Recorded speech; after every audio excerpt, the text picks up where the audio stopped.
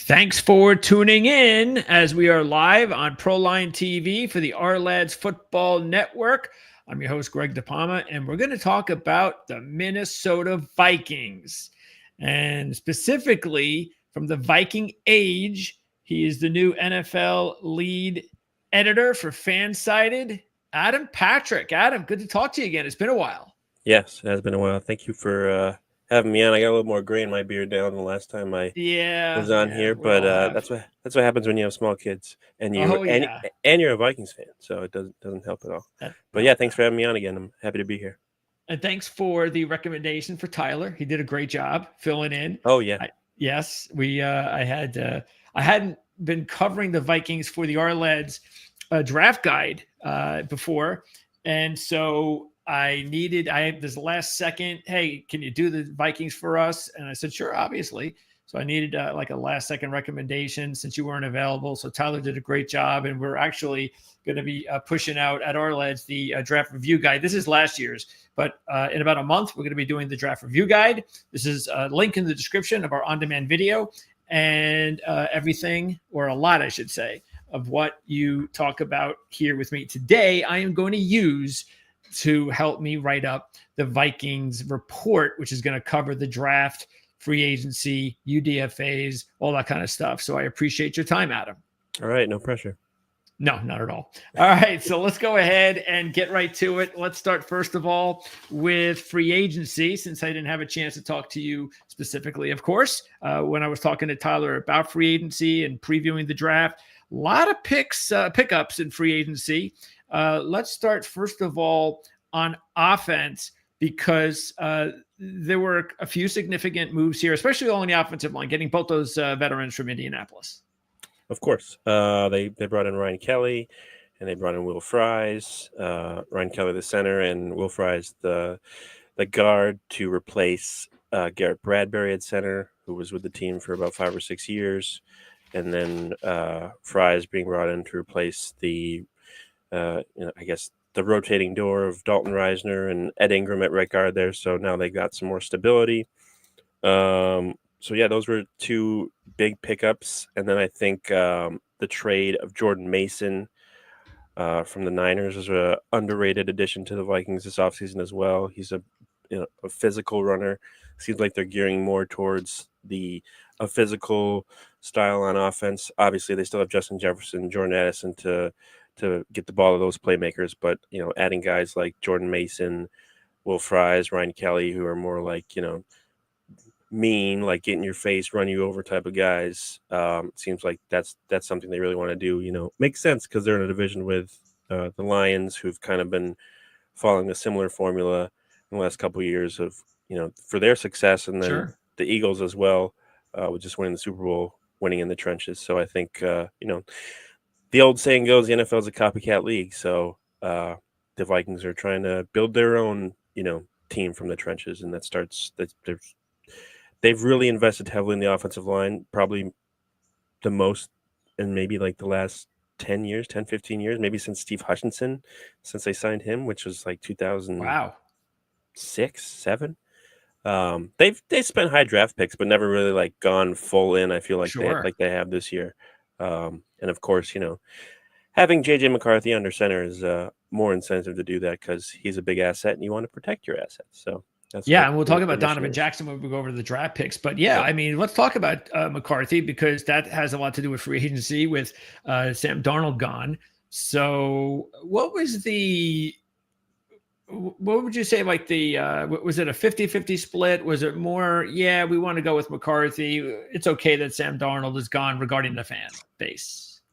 Fan base, I would say probably more 75 for McCarthy, because I think ever since he was drafted, and then after he played well in the preseason game last year and in camp, like before he got hurt, like he was on schedule to get, he was going to get more first team reps in that next week of practice and possibly challenge for the starting role in the preseason before he got hurt. So like I don't know how many people realize that how close he was to even like taking the starting job away from Darnold. But yeah, 75 probably, because everyone knows McCarthy's the cheaper option, allows them to build their team, more through free agency, add more pieces, spend more money, get the better free agents. rather than, going back to kind of what they did with Kirk Cousins and spend a bunch of money on a quarterback, even though Darnold's deal isn't outrageous, he's still getting paid what, like 35 million more than McCarthy's making probably this year. And that makes a big difference in football. Yep. Well, you just talked about building that offensive line. Well, yeah, money, so they money wouldn't goes. have been able to do that probably Yeah. if they re-signed Darnold. And Darnold did great. He did everything pretty much the Vikings wanted him to do. But in the playoffs, his true colors came out, and they believe that someone like McCarthy, who led Michigan to a national championship, who played in a bunch of big games in college, going to a school like Michigan, like every game's pretty much huge over there. Oh yeah, playing in front of 100,000 people. They think he's more equipped to handle situations like that, and it's going to be interesting to watch. He doesn't have to do a lot next year. The team is like set pretty much around him, like with the receivers, tight ends, running backs, offensive line, like we mentioned. Like he's kind of got to just take the keys and drive the car, and not get any accidents, not get any tickets, and he'll be good to go. I'm not expecting him to throw what Mahomes thrown his first years as a starter, 55 touchdowns. Like I'm not, I'm not expecting that. No. But if he has 25 touchdowns and 9 interceptions, and the Vikings have 13 wins, I don't think a lot of people are going to be complaining. Yeah, and that also, like you said, brings in the running game and so forth. So, because JJ McCarthy, the one thing that we don't know yet, and even as a Michigan guy, that we never found out was whether or not he was capable of airing it out, whether or not he was capable of being a gunslinger. That was his one knock, even during the championship season. There wasn't a whole lot of success on the deep passing game. I know there's a lot of work to be done there, but JJ is one of those hardworking kids that you just get the feeling that no matter what level he goes to, as long as he's well coached, which he obviously is in a good position to be a quarterback, on that team, based on that history of O'Connell, of course, that he's going to get the job done, and he's got the weapons too. So, like you said, I mean, you said it perfectly. He just has to just do his thing, and if he does, then he's got the talent and the coaching to back him up. He's got a little bit more motivation now too, because he just announced he's going to be a dad in September. So okay, very nice. Something else That'll to play help. for. Sure. I think one thing that looks maybe a little bit unsure, maybe that's the best way of putting it, would be if there was a few games here and there that McCarthy missed because Sam Howell comes in, another trade, and that's the number 2 guy it looks like right now. Mm-hmm. Sam did not look very good last year in Seattle. But look, that guy's gone. And there was a lot of reason for that. OC Grubb, not there, didn't do a good job. Okay. Howell showed some promise in Washington. It wasn't a great team when he was there. I actually thought he was a very exciting young college quarterback with potential. So now that he's got O'Connell to, coach him up, is there hope that if they do need to bring him in for a couple of games, that Howell will be able to get the job done? Oh, yeah, for sure. I think O'Connell's done enough in his short time with the Vikings to prove that he can pretty much win with any quarterback. I mean, they won 7 games in 2023 with Josh Dobbs, half of Kirk Cousins, Jaron Hall, and Nick Mullins. And I don't know if many coaches could win 7 games with that kind of combination. Right. And then last year with Sam Darnold, everyone's like, Sam Darnold, like he's terrible. He's a bust. And then he gets the most out of him, completely turns his career around. He just has a way of getting the most out of his quarterbacks, whether it's like a high ceiling or a lower ceiling. So if Howell has to go in for a couple games, I'm very confident that they'll be able to, win the majority of those games. I'm not worried at all, but it's not the ideal situation, but I think the Vikings like to bring in guys who've been in the league for a little longer, but are also, they can develop. So when they brought Daniel Jones in last year and they got Howell this year, even Brett Rippon, who's been around the league a little bit, but he hasn't really played, but he's more of he's just familiar with how things work in the NFL. Sure. So it's kind of a way to still help JJ McCarthy, and then they kind of feed off of each other in the quarterback room. So I like the addition of Howell. I also liked it because it pretty much quieted and silenced, I think, all the Aaron Rodgers chatter. Okay. For some reason, taking up most of the Vikings. they signed all these great players, and everyone's like, oh, but what about Aaron Rodgers? It's like, all right. So yeah, there was one specific outlet pushing that, but I think that's been put to bed for now. I did just that would have made no sense. Yeah. No. If Aaron Sam Rodgers, Howell was your starter, then okay, let's have that conversation. Right. Yeah. But like, I'm sure this is how it went. Like Aaron Rodgers probably called O'Connell, was like, hey, because they're buddies or whatever, because they grew up in California and played together or whatever. Hey, you want to have a talk? Maybe I could be your quarterback. And he's probably, being a good friend, O'Connell's probably like, sure, whatever, we'll talk. Yeah. And then he'll be like, yeah, you can come in and play for like $1 million. I don't know if you'll be the starter. Right. So yeah, I think that's probably the extent of the conversation. O'Connell probably being a good friend, and of course, everyone else just runs away. Oh, the Vikings are interested in Aaron Rodgers. He's the better pick. You don't know about JJ McCarthy? I'm like, did we watch Aaron Rodgers last year? He was not good.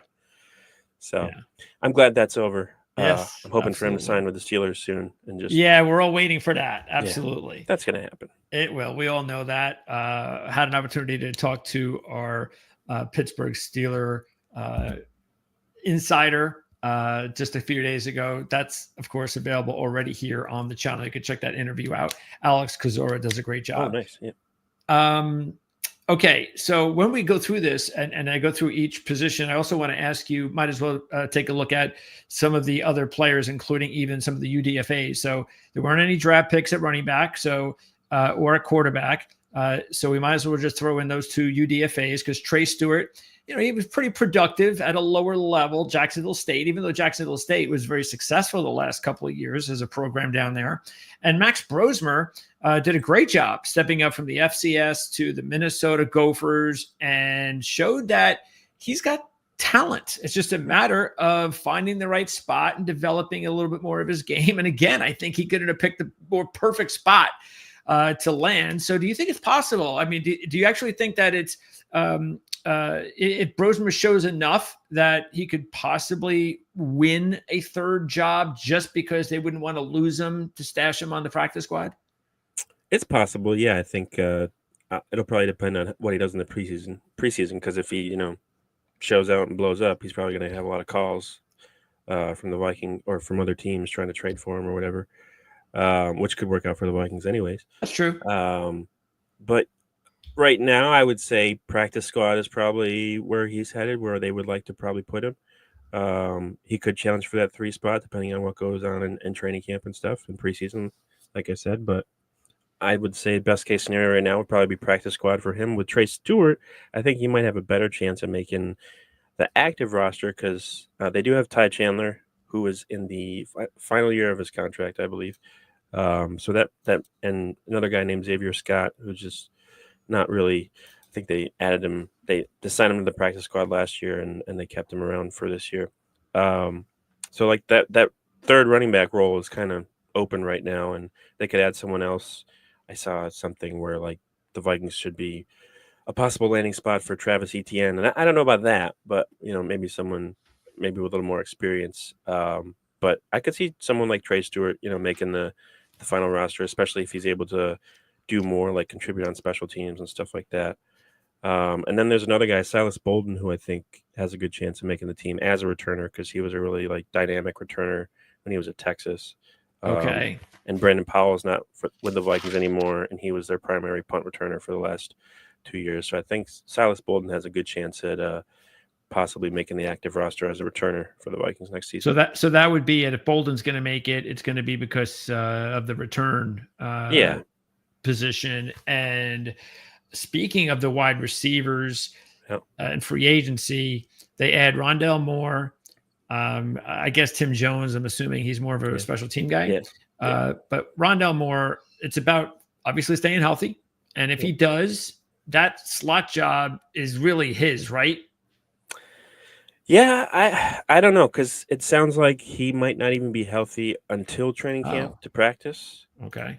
He suffered like what the Falcons called a serious knee injury last summer, but there was never really any details beyond that, whether it was an ACL, whether it was like a dislocation or MCL or whatever. There's not a whole lot of details behind what exactly happened with that injury. And O'Connell said, I believe, at the owners meetings in March that, Rondell Moore might be someone who, is not available until training camp as he continues to like rehab from his injury. So yes, he's a veteran. Yes, he has good experience. I don't want to put anything in terms of like guaranteeing he'll be on the roster because he's a veteran. Because they brought guys in before where you're like, oh yeah, he'll make the team, and then that ends up not being the case. Okay. So I think Jalen Naylor still got a good chance of making the roster. I think Ty Felton has a good chance, the 3rd-round pick they had this year. Yeah. Tim Jones will probably make it just because they like to keep someone for special teams. They had Trent Sherfield on their team last year, and he was pretty much there for special teams. And there's a couple guys lower on the depth chart that, might have a chance, who have been with the team for a couple years on the practice squad that could show out. So Okay. it's it looks pretty, like there's some open opportunities. After, I wouldn't say Naylor's job is totally guaranteed because of Felton being there too, but like after that wide receiver 3 spot's pretty open, and the Vikings like to keep like 5 or 6 receivers. So there's a couple jobs up for grabs this summer for sure. Okay, let's stick on offense too. And again, we talked about Kelly and Freeze on the offensive line. Taking a look, there was also a few guys that they signed to the UDFA's. The one that sticks out to me is Logan Brown. Yep. I thought he could have been a draftable player. A lot of experience at Kansas, seemed to get better and better. And School was also somebody that was an important signing because Tampa Bay really liked them as a good swing, and Minnesota has him. Yeah, and Christian Darrisaw is coming back from his own torn ACL. So they're, his availability for week 1 is still up in the air. Oh, okay. So it's not a guarantee. I'm sure they would like him to play week 1, but I feel like they're probably more concerned about him playing the majority of the rest of the season rather than rushing him back on the field for week 1. So, School could be someone who steps up and gets some starting, time early in the season. Maybe Logan Brown does that. Maybe Donovan Jackson switches out to left tackle like he did at Ohio State last year. They've got a lot of different options if they want to do that. And then Walter Rouse, who they drafted last year, the tackle, I think they want him. There's been rumblings of them wanting to move him to guard. So they've got a lot of guys who have a lot of versatility that can play on the outside or the inside if they need to, which is something I don't think they could have said a couple years ago. So they've got a lot of options, which is weird when talking about a Vikings offensive line because it's typically not their strength. But that sounds good then. They've definitely put a lot of resources into it, so it's good. Did you hear anything at all last year regarding Rouse or Juergens, the late round picks, or they're still a mystery at this point? With Juergens, they liked him, but Bradbury, they just felt more comfortable with him, with the experience of him being out there, and I think Juergens, he would have been someone to keep an eye on, possibly as a replacement for Bradbury this year, but they went out and signed Ryan Kelly, so maybe they're more comfortable. Maybe Juergens is the guy next year, takes over at center. So they're serious about developing him as a starter. Yeah, I think they like him, and he can play, other spots on the line too, like guard as well if they need to use that because football guys get hurt. And then Walter Rouse, I think they like him as well, but like I said, they want to see how he does maybe at guard just to add that other versatility to have available if they need it in the season. And I think he's someone that they like. I believe went to Oklahoma. Yeah, I think he went to Oklahoma. So yeah, he's got some experience at playing against tough competition. So they're pretty high on those guys from everything I've heard. Okay, let's now switch down here on the Arled's official depth chart for the Vikings. Defense. Yeah, and we'll start up front. So they bring in Hargrave and Allen. Those are 2 big moves, the biggest ones in free agency for the defense. Yes, sticking with the theme of building through the trenches this offseason, the Vikings added 2 more on the defensive line. Big upgrades. Jonathan Allen, I think, was a huge addition. I don't know how many people thought that was going to happen, but it also helps that his agency is located in Minneapolis, so I'm sure that helped out a little bit. And then Javon Hargrave, of course, that's another great addition. Lots of good starting experience with the Niners and Eagles, 2 teams that have been top contenders in the NFC the last few years. So I think that's good veteran addition for the defensive line. Harrison Phillips, of course, is still there. Jalen Redmond played really well last year for the Vikings, and they re-signed him this year before like free agency even started. So I liked him. Was that summer He was from league UFL, yeah. dude? Yep. Okay. Yep. So he did really well. Like he was arguably, not arguably, I think he was the Vikings like top graded defensive lineman last year by PFF. So he did really well. So that, I think they have more of like a rotation this year of a lot better talent.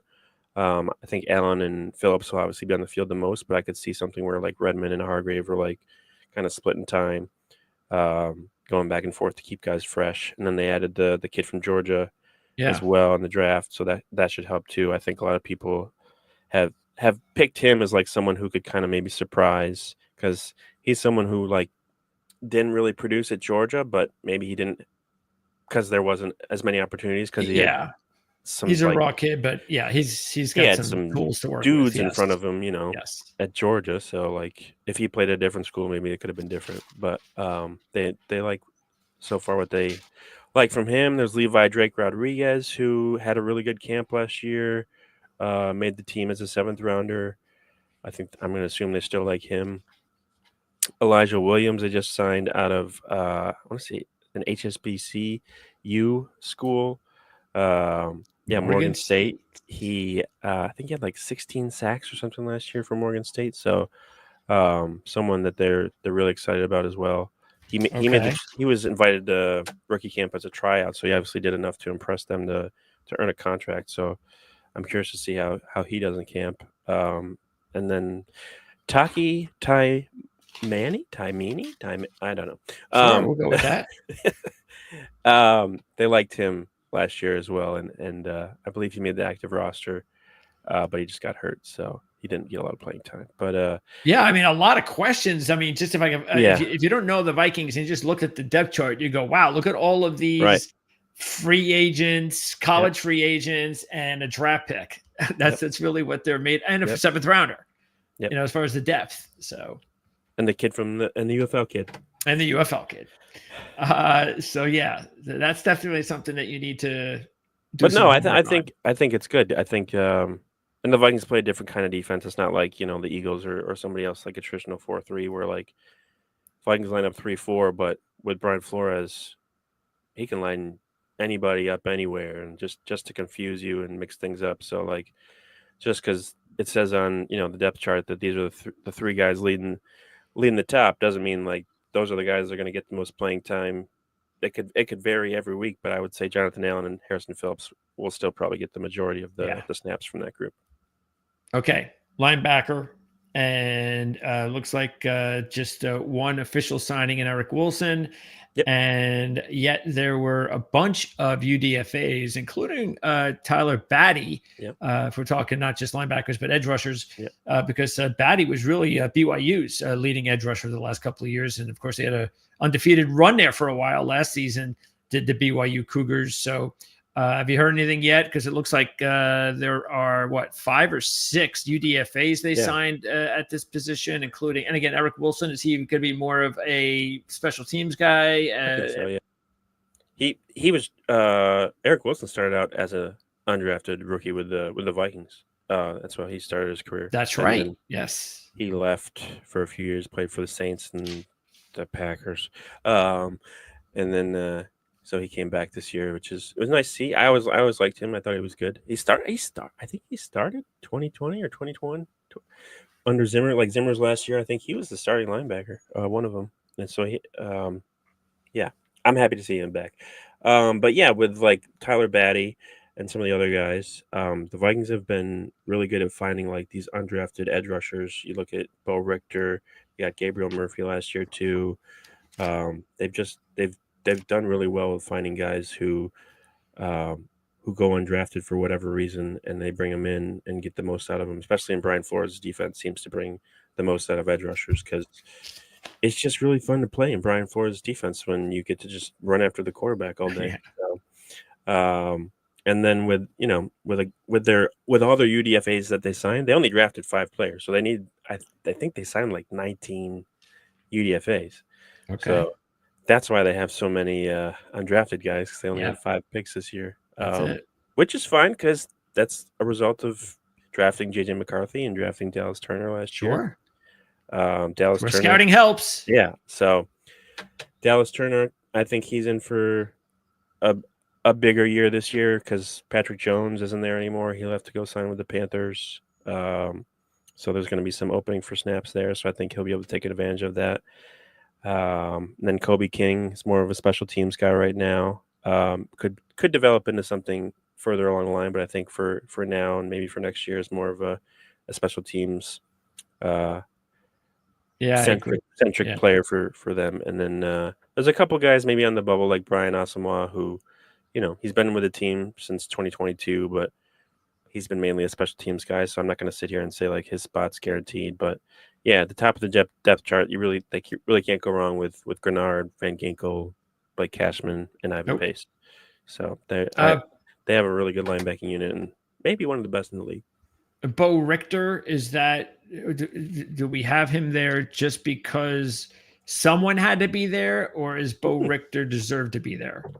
He's good. He made the final 53 last year as a undrafted rookie. So he did a lot of good things on special teams last year. I think he might get some more opportunities rushing the passer this year too with Patrick Jones going. But no, yeah, he's a good player, and I think he'll probably stand out in training camp in the preseason because he had a good camp last year too. And Gabriel Murphy was injured for I think most of 2024, so that's someone to keep an eye on too. And some of these guys, I mean, Champbell's playing for Georgia, as you can see there, and even Mousy for Auburn. They got a lot of options. Yeah, so these are both of them from Auburn, actually. Keys. So yeah, so there's some good players that that could end up either making the team or they're just going to be one phone call away from the practice squad. Yeah. Okay, so at the secondary, this is where they were a little bit more active in free agency. Rogers seems to be the top guy. Thomas has a lot of experience. Okuda, I mean, he just hasn't never worked out, so he's in another spot. We'll see if this is a good, a good place for him. And then 3 others added to the list. So, what do you see here? Who are the most obviously Rogers being the key guy? Yeah, I've heard that they like Isaiah Rogers a lot, and they want him to be a starter with Byron Murphy. But other than that, it's pretty open. I think ideally they would like Mekhi Blackman to come back and be what he was before he tore his ACL last summer and missed the entire season. He was a 3rd round pick in 2023, so obviously they would like to see what he can do this year. They really like Dwight McLaughlin, who was a UDFA last year. So I'd keep an eye on him as earning a job on the active roster. Tavier Thomas seems more like a special teams guy. It's what he's been pretty much throughout his whole career. I think he was with the Bucs last. And then, like this could be a position where I think because last year they had Stephon Gilmore, right around training camp. I could see this being a position where they add another veteran. Okay. During that, possibly even Gilmore, because apparently he just doesn't want to do OTAs and minicamp. Which, at his age, can't really blame him. I'm pretty sure he knows how to play in Brian Flores' defense at this point. Sure. So that's a position I would keep an eye on for possibly signing someone before training camp or during training camp. Okay, makes sense. And then in terms of safety, Harrison Smith obviously back because he's never going to retire. Josh Metellus, just Swiss Army knife, plays everywhere. Cam Bynum is gone, but they really like Theo Jackson. He's been someone that I believe they've had on the roster for the last 2 years, and he's someone who stood out in camp in the preseason, and clearly they feel comfortable about him being a starter, more of a starting role at least next year. And they gave him an extension, I think, before free agency started, just to kind of prove that. So he might be someone that kind of pops this year and surprises some people. But yeah, secondary, I would say probably is their biggest question mark, at least on the defense, possibly on the whole roster. But in Brian Flores' defense, you just gotta keep your guy in front of you pretty much and not give up the big play. That's pretty much what he has out of his corners and safeties, and then we'll see what happens. But a lot of good pieces on that defense that finished, I believe, 4th in points allowed per drive last year. So pretty good. Yeah, it's the thing is that when you have a really good assistant coach and he doesn't get the job, obviously when you're a fan of that Right. assistant coach, Oh no. yeah, sorry to see that you had to come back. Yeah, Listen, I'm but sure there's no salary cap on how much coaches get paid, so I'm sure no, he's very well compensated in Minnesota. So yeah, I just wonder why still it's taken so long for owners to get that to not understand. mhm. I mean, you could throw a gazillion amount of dollars out there for players that don't deserve it, Mhm. but you won't pay Yeah. a quality head coach or an assistant coach like a few million extra dollars. I mean, Mhm. come on now. Yeah. But that's the way it is. Okay, so special teams. Anything dramatic? Rogers, will he be? Even though he's going to have responsibilities potentially as a starting corner, you think that they'll stick him there at kick returner? Yeah, And if not, how does it look? I don't know. I don't know what they're planning. If he's a starter, I'm not so sure they would probably want him as a kick Mhm. returner. Not that teams really return kicks anymore. Um, although I just saw like that you can onside kick in every quarter now, and I'm like, Oh, still, you still have to tell the other team that you're oh, you do have to still well, tell them. because Okay. they're like 30 yards away. So Uh, like if you didn't have to do that, then every team would onside kick because they'd be yeah, like, that's oh, true. yeah, That's true. Yeah. so, yeah, they just get rid of the kickoff or put it back. I know it's because of safety, but like it's just it seems pointless now. It's I kind mean, of the onside kick I never understood. I mean, please, I need someone to show me that because I've yeah, watched onside kicks all my life, which hardly ever happen, and right, I just don't recall ever seeing guys walked off the field because he's got concussions or right, I don't recall all yeah, this mass injury yeah. situation on onside kicks. Well, But maybe they'll do like was it is it? It's not the XFL now. It's UFL now. Ever do they do like 4th and 15 or something where you can do that and instead of an that's an onside kick? option I've heard. Yeah. Yes, that could be interesting. I don't know. The Whatever gimmick, whatever makes but the most money for the NFL is what yeah, it comes down exactly. to. For the special teams, Will Reichert's locked in at kicker. Andrew DePaul is locked in at long snapper. Punter it's a different question. Ryan Wright, he made the team as a UDFA in 2022. Had a good year as a rookie.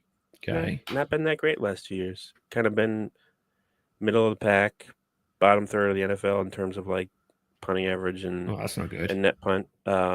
Especially when half of your games or more than half are in a dome. Yeah, so exactly. So they got this kid from Auburn, Oscar Chapman, and they get a roster exemption for him because he's from Australia, so he's part of like the international pathway program. Even better. But I mean, when you'd say Australian punter to me, I'm like, sure, sign me up. Yeah, Like I feel pretty good that this kid can kick the ball. So I'll be curious to watch that. Obviously, with the punter too, you have to be a good holder. So that will come into play as well. If Will Reichert feels good about Chapman being a good holder, then I think there's a good chance he can make the team. So okay. that's a battle to keep an eye on. There you go. And we'll definitely talk more about that when we do our season preview Yeah. interview right around preseason training camp. Okay. So let's get into the free agent, the draft picks. Let's just kind of go through them one by one specifically. And again, Donovan Jackson, was this expected? Was the fan base pleased? And what did the Vikings staff really like about getting Donovan Jackson?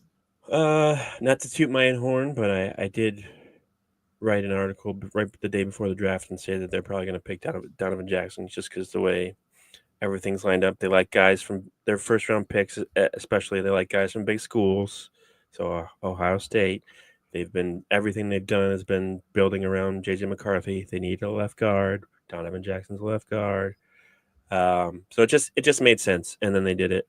First off, I didn't think they were going to even make a first round pick. Like we do a bunch of writing and everything. I did like pre-writing and stuff that night. I was like, oh, trade, it's going to happen. I had like a trade piece written for like 24 hours before. Like the Giants, right?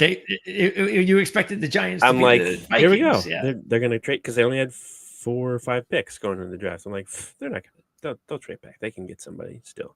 But nope, they stood pat. I think they really liked Donovan Jackson, and they were afraid that he was going to get taken by someone else. Who I think the Texans had the pick right behind them, and he was someone that he probably could have landed with the Texans. So they just wanted to get him. They didn't And know they if were the ones that traded down with the Giants. right, and they didn't know if they could get him in the second round. So he's someone that can come in right away, start at left guard. Like I said, if Darisaw can't start the season, Jackson can go at the left tackle. You don't. That's good. That's not something you want to put on your rookie probably No. week one. Hey, you're going to play left tackle in the NFL. Don't just figure it out. A prize little first round draft pick. Yeah, but no, they like him. He's a good pass blocker. There's been a lot of problems at left guard. Like Blake Brandel, he tried last year. When Darisaw went out, he was just a mess. Couldn't get anybody. Probably didn't help that he had Cam Robinson and Garrett Bradbury around him. It's not like those two are the greatest, but I think Donovan Jackson's a really good pick. It's just sometimes you always hear don't draft for need, draft for best player available. But I feel like with what the Vikings did in the offseason in terms of free agency, they could have gone. They could draft for need in this draft because they didn't really have a ton of holes to fill, especially in the first round. So I like this. Was it a lot. reach? No. You could argue it. I guess some people are like, "Oh, he's lower." I thought he would be top second.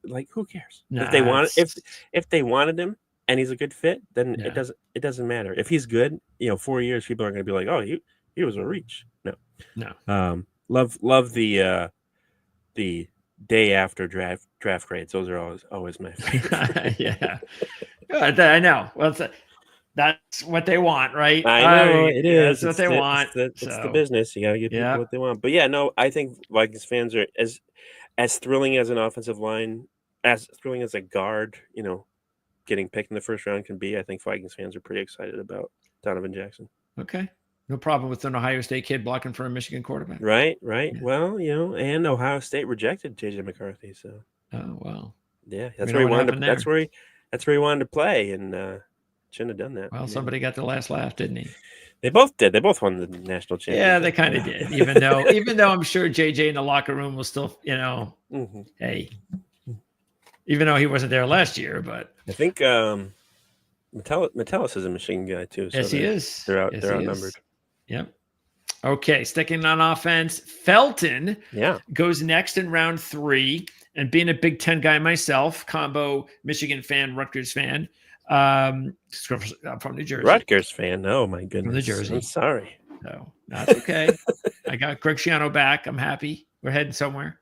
Felton is a guy that I saw a lot of over the last couple of years. Definitely the guy at Maryland. So what did they specifically like about Felton to fit with this offense? They've talked a lot about how he's good after the catch. He'll get the ball in his hands and be able to make a lot of moves and make guys miss. He's got good speed. I think he ran a 4.39 at the combine. So one of the fastest times for a receiver. Got a ton of experience, got a lot of reps at Maryland. And just, playing in the Big Ten against good competition helps. But I think just someone who, if he's not going to be good this year, they feel like he can at least be good next year. Yeah. Replacing Jalen Naylor kind of in that similar role to just complement Justin Jefferson, Jordan Addison. And maybe if they're lucky down the line, he's someone who can replace Jordan Addison because I'm pretty sure they're not going to pay. I would like to think they're not going to pay 2 receivers top dollar. But you never know. You never know these days in the NFL. But the Vikings also have a quarterback to pay, and you don't want to go. I don't think you want to go full Bengals and do quarterback and 2 receivers and then have no defense. So he's someone. Yeah, I think it'd be cool to see him make plays this year as a rookie. But my expectations aren't too high for him. I don't know if he has. I don't know. I don't think he has a ton of experience as a returner in college, but maybe that's something where he could, be a benefit because of his speed. But I'm interested in to see what he can do for sure. Yeah, it looks like there's definitely a lot to count on between Felton and Moore. That one of those guys. Well, first of all, Moore's got to stay healthy. Yep. For some reason he doesn't. Then it's almost like, all right, well, let's hope we can get something out of Felton. Or it's almost like, all right, it's just going back to the same unit last year. Which, unless Naylor takes a step up, not that, of course, having Jefferson and Addison on the same unit is something to cry about. And And he's probably going to be suspended for at least a few games to begin the year because of his arrest last year, Okay, his DUI. So interesting. Felton could get a little early action. But you also got to remember that TJ Hawkinson's there. He's Yes, he's a that's a he's a big big difference. target. Yep. Aaron Jones is a great receiver out of the backfield. So like, even if you're the third receiver, you're probably fifth or sixth in like the pecking order of getting targeted in this offense. So Speaking of uh, Hawkinson, the tight end yeah, position, yeah, Bartholomew gets yeah, chosen in round 6, and yeah, I mean a nice little tight end. Tight end. I mean, it was interesting. He had the big catch average a couple of years yep, ago, so that was impressive.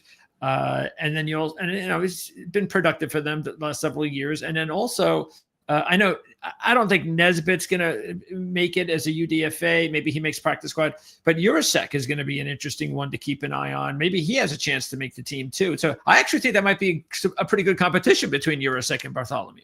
yeah. Especially because Bartholomew in the 6th round. It's not like he was a high draft pick, so Yeah. his spot on the roster isn't guaranteed. But they only had 2 tight ends heading into the draft, so that they had to do something. Because one of those guys goes down, then Yep. you're kind of screwed. But Bartholomew, I believe they talked to Jordan Addison about him because they were teammates when Addison was at Pitt. Um, and so Addison's a quiet kid. Like, it takes a lot for him to talk, but apparently he was like raving about Bartholomew when they asked him about him. So I feel like that's a good sign. He also has a great head of hair. I'm pretty sure he has a mullet, which fits in well with Jared Allen getting inducted in the Hall of Fame this year. So yeah, I'll be interested to keep it on that battle this summer. That's something that'll be interesting for sure. And then Josh Oliver's in last year of his contract, and then TJ Hawkinson, I'm expecting to be a lot better than he was last year because I still feel like he was, a little rusty from coming back Yeah. from his torn ACL. But he's had a whole off season that's not full of rehabbing injury, Yep. just getting back to normal. And I think JJ McCarthy is going to like throwing him a lot next season. Okay, and then with the last 2 picks to talk about are on defense. Yep. Tyrion Ingram-Dawkins, we talked about him already. But again, raw player. I think he only had the one starting season last season because, like you said, there's just so much depth and talent Yeah. there at Georgia. But yes, again, a lot of tools to work with, and to get him in the 5th round, he just seems like one of those depth rotation defensive linemen that'll be around the NFL for a long. Yeah, I'm 5th round pick. Expectations are not super high, but you look at someone like Jalen Redmond last year who came in, they got from the UFL and really got the most out of him and developed him well. I think if you look at someone like what do they call him? I thought he had a nickname, but I can't remember. But Ingram-Dawkins, yeah, he's got talent. He went to Georgia, so I think they're excited to maybe see what he can do in terms of adding a more youth and versatility and to that defensive line. So yeah, I think it was a good pick. It fits along with their theme of also building through the trenches this year, and so it was a good selection. And with Kobe King, like I said, I think he was a good player at Penn State. Made a lot of plays there, but I think right now he's probably more of a special teams guy. He could even maybe end up on the practice squad, but so let's keep an eye on him. But yeah, the 5 picks. There's only so much you can do with 5 picks Yeah. in the draft, especially when I want to say 3 of them are on day 3. So, but also they did trade for Sam Howell in the draft, so you can count that as coming out of the draft with him as well. Okay. Oh, yeah. What did they trade for him? They 7th? traded, Or yeah, they 6th? swapped picks with the Seahawks, Oh, just swap. and yeah, maybe something next year. But I think the end of the third was it the end of the third, yeah, or Okay. was it day 3? No, day 3. Yeah, I think. Yeah, I'm I'm trying to sure it remember. was. There's a lot Yeah. that goes on. Yeah. Day 3. Yeah, so that was like I feel like I count that as part of like the It Vikings is. draft It class. should. Yes, you're right.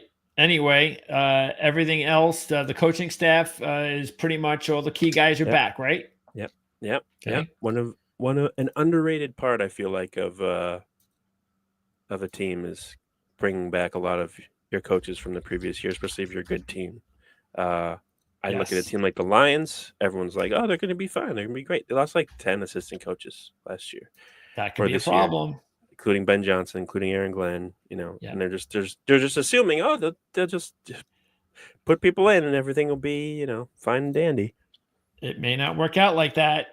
And then Ben Johnson over in Chicago, everyone's like, oh, he's going to be a great head coach. And I'm like, I don't know. How do we know he's a good head coach? Like We don't. he's a good play caller. Head coach Yes, is a lot different than play caller. You have a lot more. Your job is like putting out fires more than it is, calling plays. So I'm curious to see how that goes. LaFleur's obviously, reluctantly, he's a good coach in Green Bay, but that team's interesting over there. Whatever they're doing. But well, it's about their quarterback. That's the trick. yeah, Is that he's got to yeah. take that next step because he definitely didn't do it last year. No. So So yeah, that's always interesting to keep an eye on. But yeah, the Vikings coaching staff, they lost Grant Udinski, who was I want to say assistant. No, he was quarterback's coach. No, assistant offensive coordinator. okay. And he's the new offensive coordinator for the Jags. Oh, So they did replace some people, but all like the notable people, like Flores is still there, Wes Phillips is still there, important people. Josh McCown's still there. Like, yeah, everyone's pretty much coming back that led team to 14 wins last year. Yeah, So you got to be excited everyone that about matters. Right.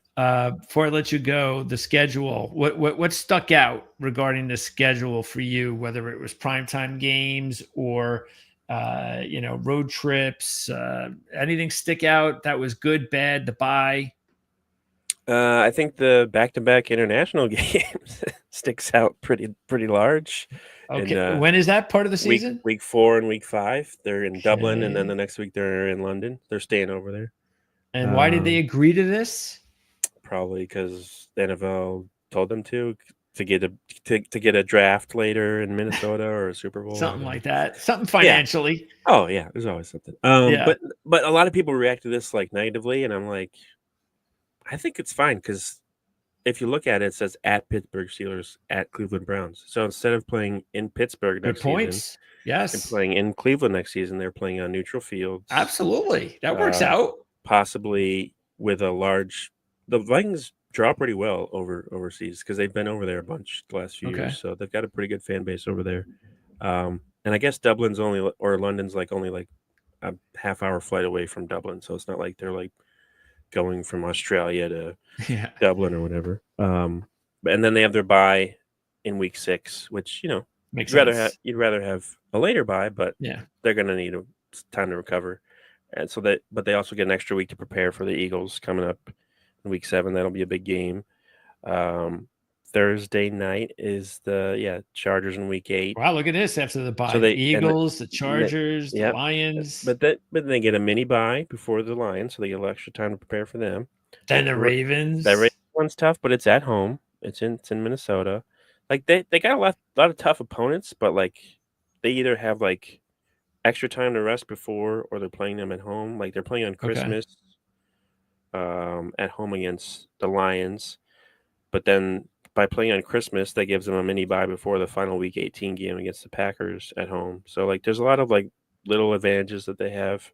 I think me and my co-host on our podcast, Chris, just went over every game, and I think I predicted 13-4.